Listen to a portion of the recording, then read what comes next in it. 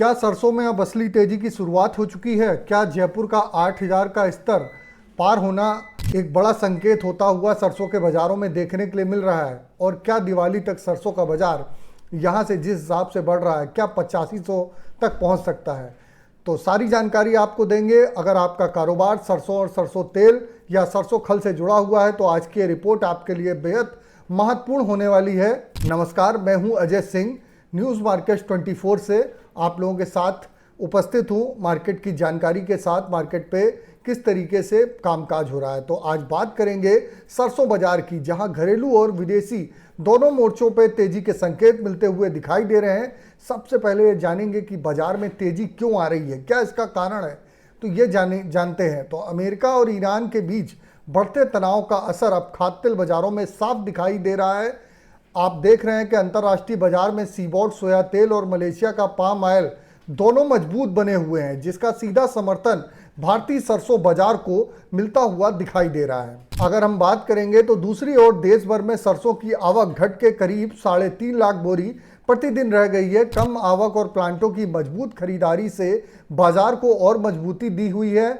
साथ ही साथ अगर बात करी जाए, इसी का नतीजे की वजह से जयपुर सरसों ने 8,000 का महत्वपूर्ण स्तर पार करके 8,025 प्रति क्विंटल का भाव ऊपरी स्तर में दर्ज होता हुआ अब बाजारों में दिखाई दे रहा है। अब प्लांट खरीद की अगर हम बात करेंगे, प्लांटों में किस तरीके से खरीदारी चल रही है। सलोनी, शमशादाबाद, डिगनेर, अडानी और गोयल कोटा जैसे बड़े प्लांट लगातार ऊंचे भाव पे खरीदारी कर रहे हैं। सरसों में जो नेफेड भी सरसों की बिकवाली करने वाली है, उसको भी बड़ी कंपनियां खरीद रहे हैं, यानी कि बाजार में मजबूत मांग बनी हुई है। देखा जाए तो फिलहाल खरीदार पीछे हटने के मूड में नहीं दिखाई दे रहे हैं। अब सबसे अहम सवाल यह है कि यह बाजारों में तेजी टिकेगी कि नहीं।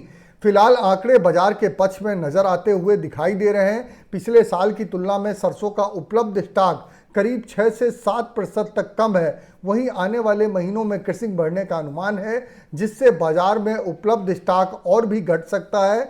और उसके साथ साथ अगर देखा जाए, यही वजह है कि बाजार की बुनियाद अभी भी मजबूत दिखाई दे रही है। तो अब बात करते हैं किस तरीके से अब आगे क्या हो सकता है, किस तरीके से कामकाज होता हुआ आपको बाजारों में दिखाई देगा। अगर जयपुर सरसों 8,000 के ऊपर टिकती है तो बाजार का अगला लक्ष्य 8125 से 8250 प्रति क्विंटल तक होता हुआ आपको नजर आएगा।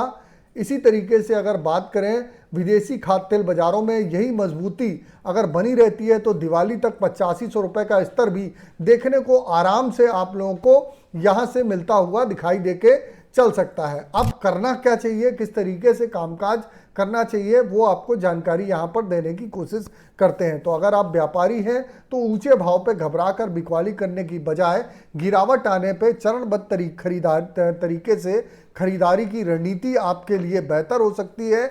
इसके हिसाब से आप रणनीति बना के कामकाज करिए। अगर आप किसान हैं तो आपके पास एक अच्छा स्टॉक है और जल्दबाजी में पूरी बिक्री करने की बजाय बाजार की चाल देखते हुए बिक्री धीरे धीरे से करना अधिक फायदेमंद होता हुआ आपको दिखाई देगा। अगर पूरे बाजार का निष्कर्ष निकालें तो विदेशी खाद्य तेल बाजारों में मजबूती सरसों को लगातार समर्थन दे रही है। कम आवक, घटता स्टॉक और प्लांटों की मजबूत खरीदारी से तेजी के बड़े कारण बनते हुए दिखाई दे रहे हैं। फिलहाल 7800 से 7900 रुपये का स्तर एक मजबूत सपोर्ट माना जा रहा है, जबकि 8125 से 8250 का बाजार का अगला लक्ष्य बाजारों में आपको देखने के लिए मिल सकता है। तो यानी कि फिलहाल सरसों का बाजार का जो ट्रेंड है सकारात्मक बना हुआ है।